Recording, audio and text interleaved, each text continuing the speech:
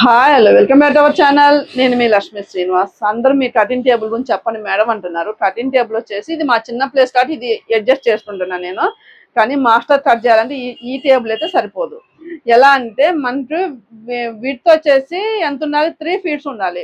ఇట్లా పొడవు వచ్చేసి 4 ఫీట్స్ అనమాట. అంతకన్నా ఎక్కువైనా మన చేతులు అందం.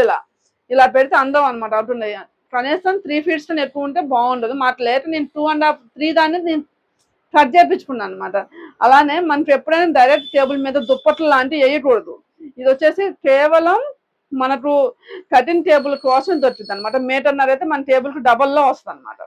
మీటర్ వచ్చేసి 200 రూపీస్ లో దొరుకుతుంది. టైలరింగ్ మెటీరియల్ షాప్ లో దొరుకుతుంది. చాలా మంది అంటే మనకి మడత మంచం పట్టా లెవెల్లో దొరుకుతుంది అనమాట. మనకి ఆన్లైన్ లో అయితే నాకు తెలియదు. నేను టైలరింగ్ మెటీరియల్ షాప్ లో తీసుకున్నా.